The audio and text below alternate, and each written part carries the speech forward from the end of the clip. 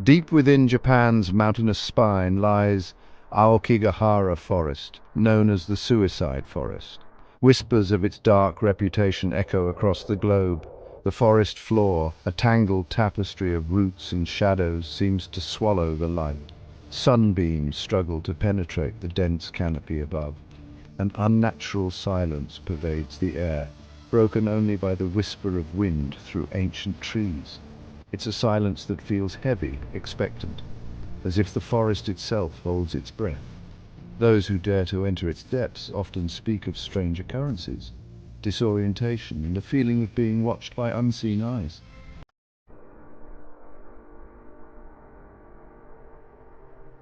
Aokigahara, meaning Sea of Trees, sprawls at the base of Mount Fuji. Born from the fiery wrath of Mount Fuji's ancient eruptions, lava flows frozen in time form a rugged and unforgiving landscape beneath the trees.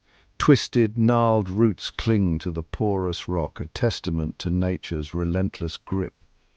The very ground seems to hum with a latent energy. Despite its ominous reputation, the forest possesses a haunting allure. Perhaps it's the stark contrast of life and death. The vibrant green of moss and lichen clinging to the dark volcanic rock. Or maybe it's the profound silence that seems to amplify the thoughts within. Aokigahara is a place of contradictions, where beauty and despair intertwine.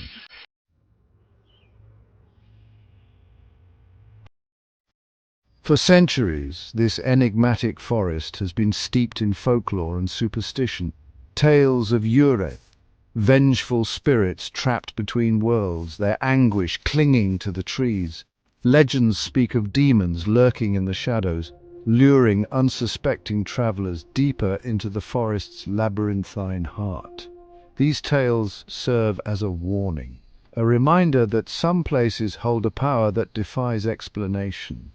But beyond the legends, there lies a deeper, more unsettling truth. Aokigahara has become a sanctuary for those seeking solace in solitude, a silent invitation to escape the pain of life.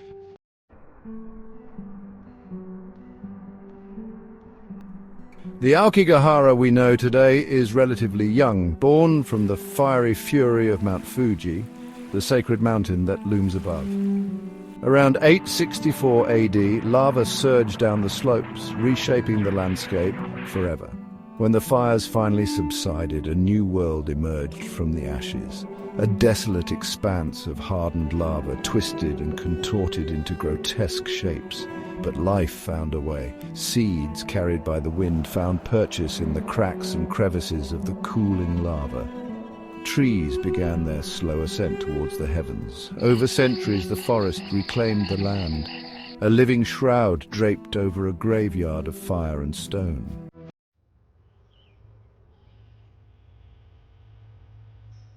For generations, the local villagers viewed Aokigahara with a mixture of awe and apprehension.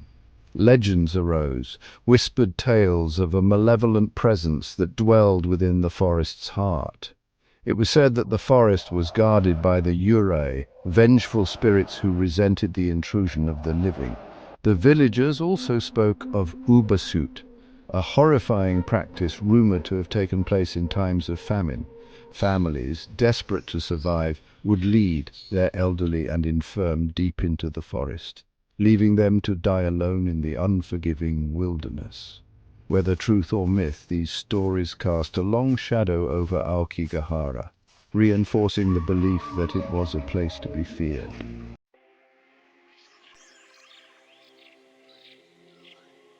Even without the weight of legend and folklore, Aokigahara possesses a tangible, unsettling aura.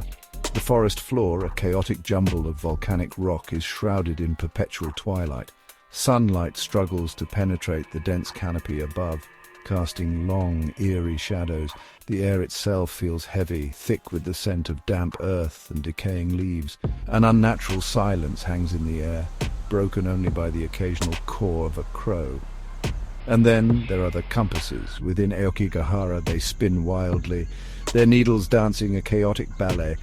The rich iron deposits beneath the surface disrupt the Earth's magnetic field, disorienting even the most seasoned explorers.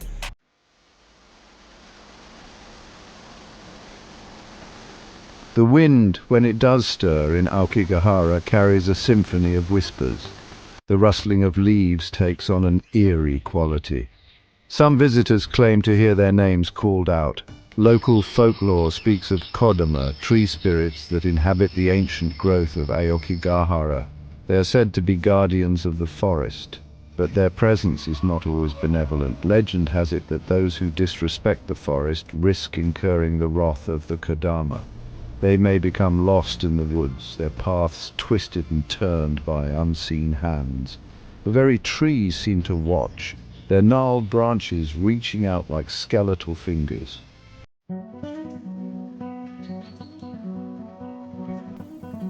Aokigahara is a place where the veil between the physical and spiritual realms feels thin. The weight of sorrow, of countless lives lost and dreams shattered, permeates the air. Local shamans and spiritualists believe that Aokigahara is a liminal space, a crossroads where the energy of the living and the dead converge. They say that the spirits of those who died in the forest find it difficult to move on. Trapped between worlds, they wander the woods, their anguish clinging to the trees like morning mist.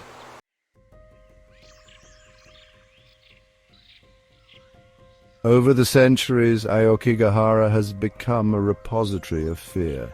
The forest itself is neither inherently good nor evil, it simply exists. But our minds weave tales of horror and dread. We populate the shadows with monsters and demons. We imbue the wind with whispers of the dead. Aokigahara becomes a mirror reflecting our deepest fears back at us. The fear of the unknown, the fear of the darkness that resides within us all.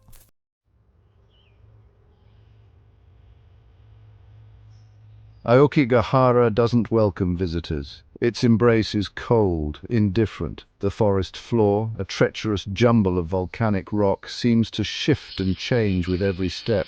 Sunlight struggles in vain to penetrate the dense canopy above. Paths, once clear, dissolve into walls of green. Trees, their trunks twisted into grotesque shapes, seem to press closer.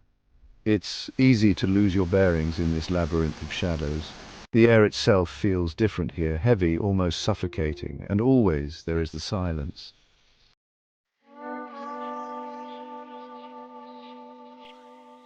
Within this oppressive silence, the imagination runs wild. Every creak of a branch, every sigh of the wind becomes a whispered word. Some say the forest remembers, that the very trees bear witness to the tragedies that have unfolded beneath their boughs. They whisper of those who came seeking solace in solitude. Their belongings, scattered remnants of lives cut short, serve as stark reminders of the forest's tragic allure. A water bottle, its plastic faded by the sun.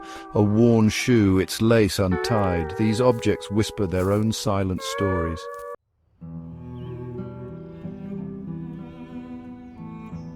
There's a palpable sense of sadness that permeates Aokigahara. A weight that settles over you, heavy and inescapable. It's in the stillness of the air, in the way the sunlight seems to struggle to reach the forest floor. Local legend speaks of a magnetic pull that draws those contemplating suicide to Aokigahara, a siren song that whispers promises of peace and oblivion. Despite the efforts of local authorities to discourage visitors, the forest continues to exert a morbid fascination. It's a place that forces us to confront our own mortality.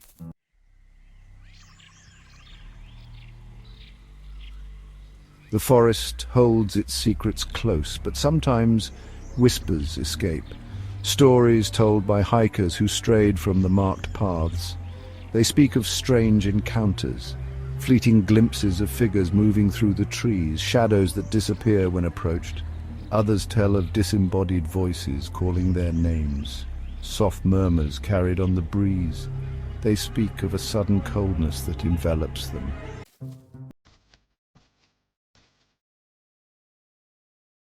Each year, teams of volunteers venture into Aokigahara's heart, their mission to recover the lost, to offer a semblance of closure to grieving families. They are a somber procession.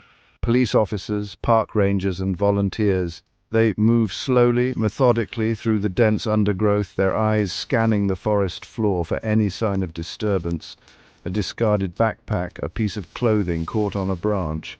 Anything that might lead them to someone in need or to the remains of someone who is beyond help.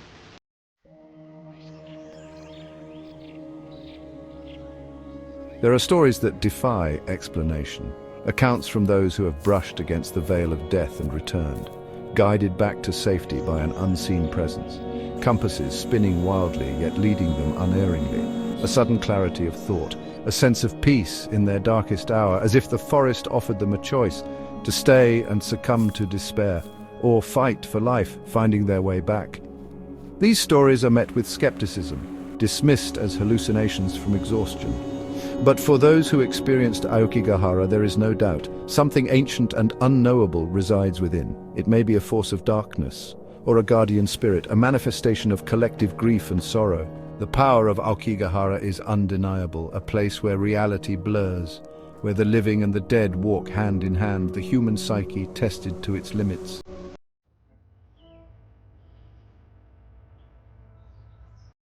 There is a darkness within Aokigahara. This much is undeniable, but it is not a darkness confined to the gnarled branches, the sun-starved undergrowth, or the silent, watchful stones. It is a darkness that finds its echo in the human heart, a darkness that we carry within us.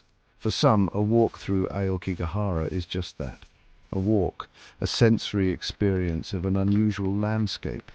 They feel the crunch of volcanic rock beneath their feet, smell the damp earth and cedar, and register the strange silence as nothing more than an absence of noise. But for others, the forest seeps into their pores. It whispers to something primal, something ancient within their soul. The silence becomes an oppressive weight. The shadows take on menacing shapes. The very air feels thick with sorrow, with the residue of countless lost dreams. It is these individuals, those who carry their own darkness within, who are most susceptible to Aokigahara's unsettling power. The forest acts as a mirror, reflecting their own internal struggles back at them, magnifying their fears, their doubts, their despair.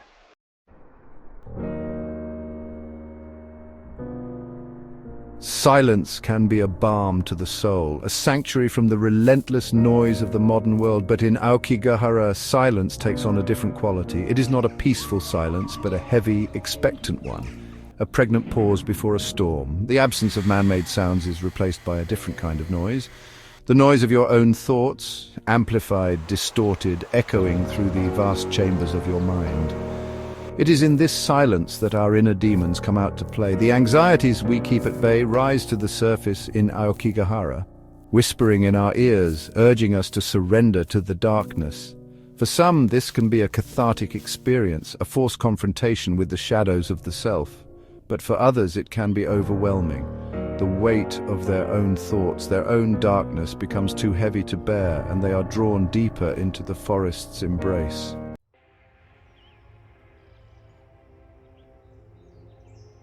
It is impossible to say for certain what, if anything, haunts Aokigahara forest, whether the stories of vengeful spirits, whispering trees, and magnetic anomalies are true, or simply the product of overactive imaginations fueled by fear and folklore. Perhaps the truth lies somewhere in between.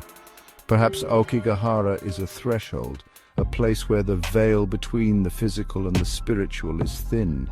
A place where our perceptions of reality are challenged and our deepest fears are given shape and form. It is a place that forces us to confront the unknown, not just in the external world, but within ourselves. It reminds us that we are all capable of great darkness, of both inflicting and succumbing to unspeakable pain, and that sometimes the most terrifying monsters are the ones we create within our own minds.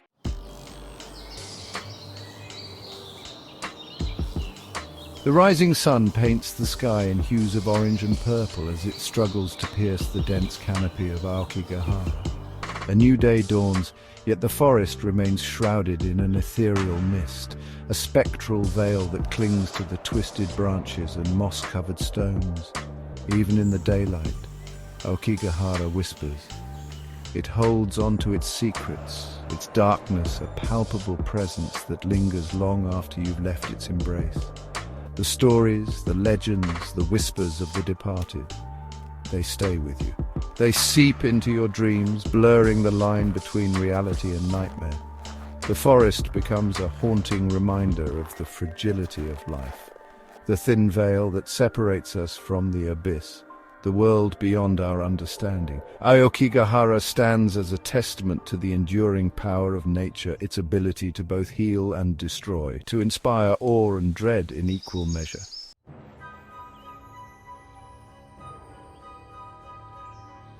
And what of those who are drawn to Aokigahara's depths? Those who seek solace in its silence, who find a perverse beauty in its desolation? Are they merely victims of their own despair, lured to their doom by whispers in the wind, or do they hear a different call? Aokigahara does not provide answers, it simply exists, a silent observer to the human drama that unfolds within its borders. It is a place of contradictions, of beauty and terror, of life and death, of hope and despair. Aokigahara is a mirror reflecting the duality of the human experience.